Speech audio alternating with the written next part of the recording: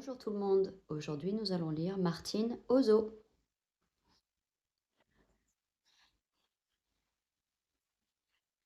Avec les personnages de cette histoire, Martine, Jean le petit frère de Martine et Patapouf. Cet après-midi, Martine et Jean vont au zoo. Leur maman leur a donné de l'argent pour acheter des billets. Je vous attendrai ici dans 2 heures, a-t-elle dit en les déposant devant la grille. Il y a la queue, constate Jean. Prends Patapouf dans tes bras, conseille Martine. Avec tout ce monde, il risque de se perdre. Dès l'entrée se trouve l'enclos des lions. Regarde cette lionne qui câline ses petits, dit Jean. Ils sont mignons. Finalement, un fauve, ce n'est pas si effrayant. Sauf si on l'embête, précise Martine. Il peut alors devenir très féroce. Je te rappelle qu'on appelle le lion le roi de la savane. Un peu plus loin dans la rivière, des hippopotames n'arrêtent pas de bâiller. Ils ont passé une mauvaise nuit, plaisante Jean. Ou bien ils veulent nous montrer leurs grandes dents. Sous leurs airs paisibles, les hippopotames sont des animaux dangereux. Même les crocodiles ont peur d'eux. Martine et Jean aperçoivent le parc des ours polaires. Oh, Martine, regarde celui qui se baigne, il a l'air tout triste. Il a peut-être trop chaud.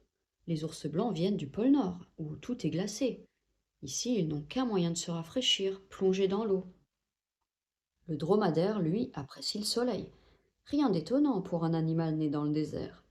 Fièrement, il promène les enfants dans le parc. Si on faisait un tour sur sa bosse, propose Martine. C'est parti, s'écrie Jean grimpant en selle. La chance, murmure un petit garçon sur les épaules de son père. Même les ours polaires sont impressionnés. Le dromadaire dépose les enfants devant l'enclos des singes. Le papa et la maman gorille ont l'air fâchés, remarque Jean. C'est normal, leurs petits n'arrêtent pas de chahuter. Ils chipent des fleurs et se balancent aux branches, de vrais coquins. Encore pire que nous, pauvre Jean. Là-bas, la prairie des girafes. Comme elles sont gracieuses, murmure Martine en s'approchant. Sauf qu'avec leur cou immense, on peut à peine les caresser. C'est quoi cette foule demande Jean. Tout le monde veut voir les éléphants. Et regarde, c'est réciproque. Ils viennent nous dire bonjour. Aide-moi, Martine, j'aimerais lui serrer la trompe. Certains enfants grimpent sur les rochers pour les voir de plus près. Les parents sont tout aussi émerveillés. Un papa réalise même des croquis dans un petit carnet. Ça lui fera un joli souvenir, pense Martine. Après la cohue des éléphants, c'est plus calme chez les zèbres. Ce doit être l'heure du repas, dit Jean. Il galope vers l'écurie. Pas tous, regarde celui-là, il vient nous voir. C'est dangereux, un zèbre bafouille Jean un peu inquiet. Pas du tout, s'esclaffe Martine. C'est comme un cheval, enrayé. Un peu plus loin, de gros oiseaux noirs et blancs se dandinent. Des pingouins, s'écrie Jean. Et des manchots. C'est la même chose. Eh non, réplique Martine. Seuls les pingouins savent voler. Et ils vivent dans l'hémisphère nord, tandis que les manchots sont au sud. C'est la maîtresse qui me l'a expliqué. Je savais qu'on verrait des kangourous, se réjouit Martine. Oh, la maman a même un bébé dans sa poche.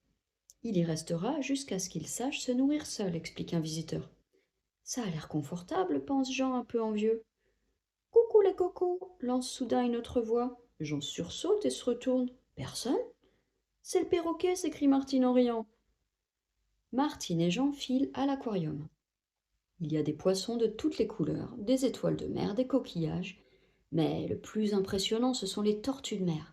Comme elles sont belles, dit Jean. Il paraît qu'elles peuvent vivre jusqu'à 80 ans, précise Martine, tant qu'elles ne sont pas prises dans un filet de pêche. Après les fonds marins, les oiseaux. Le marabout a l'air furieux, constate Martine. Je me demande ce qu'il reproche à ces grues. Peut-être qu'elles pêchent des poissons dans sa mare? Ou qu'elles le narguent avec leur allure hautaine et leur aigrette? C'est vrai qu'elles ont l'air un peu snobs. L'aigle, en revanche, n'a pas l'air commode, remarque Jean. Tu as vu son bec crochu et ses griffes noires. C'est cerf, tu veux dire. Et grâce à sa vue perçante, il repère n'importe quelle proie. Encore heureux qu'il habite très haut dans les montagnes.